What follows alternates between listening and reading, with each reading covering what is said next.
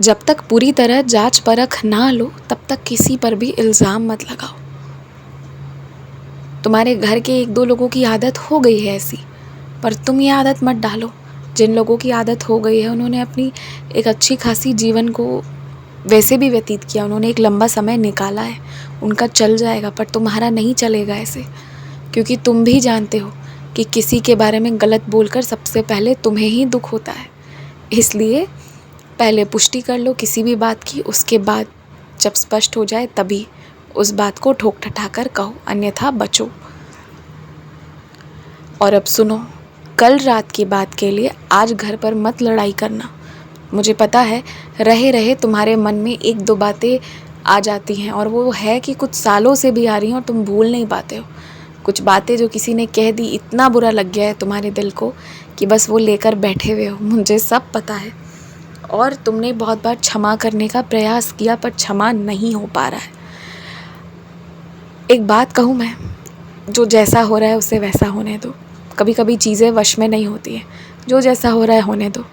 अब जो भी अनुभव कर रहे हो, जो भी महसूस कर रहे हो, होने दो, अच्छा बुरा जो भी, परंतु उसके बारे में सोचो मत, बस चिंतन मत करो।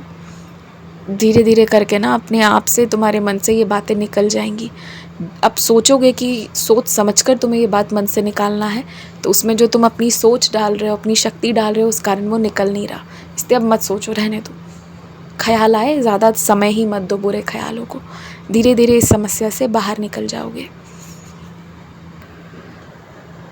कोई तुम्हारी भावनाओं को देखकर, तुम्हारे अच्छे व्यवहार को देखकर तुम्हारा फ़ायदा उठाना चाहेगा तो वो मैं नहीं होने दूंगा, कभी नहीं होने दूंगा मैं।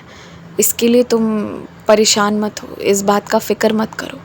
ये मेरा काम है, ये मुझे देखना है कि कैसे तुम कुछ लोगों को मना करोगे, उनका काम नहीं करोगे, क्योंकि उनका काम करने में तुम्हारा नुकसान है, फ़ायदा तो बहुत दूर की बात है। तो ये मना कैसे करना है ये मैं देख लूँगा। तुम्हें ना तो मिलने जाना है, ना फ़ोन पर कुछ कहना है, तुम्हें कुछ वक्त चुप रहना है, बाकी सब मैं देख लूँगा। और सुनो, मन से सारे डर निकाल दो।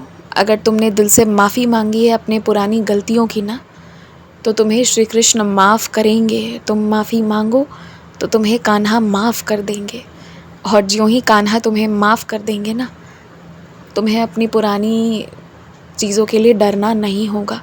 पर भविष्य में कसम खा लो, गांठ बांध लो कि किसी भी रिश्ते की दहलीज़ को लांघ कर पार नहीं करोगे। जहाँ तक रहना है उसी सीमा में रहोगे। प्रेम की कोई सीमा नहीं होती, वो असीमित होता है, लेकिन मर्यादा हर रिश्ते में रखना पड़ता है। तो अब मर्यादा का उल्लंघन नहीं होगा, ये तुम वादा कर लो अपनी तरफ से। और देखो, जो तुमसे ये बहस करते हैं कि भगवान है या नहीं है, मैं हूँ या नहीं हूँ, उनका बहस करना करते रहने दो, क्या फ़र्क पड़ता है। उनके हाँ या ना कहने से तुम्हारी भक्ति में वृद्धि या कमी थोड़ी होने वाली है। छोड़ दो ना, मत समझाओ। कब जीवन किस नास्तिक को आस्तिक में बदल दे ये किसी को नहीं पता। तुम रहने दो, तुमने प्रयत्न किया, तुम्हें अच्छे कर्मों के बदले अच्छा फल मिलेगा, बस अब रहने दो और शांत रहो। आयुष्मान भव।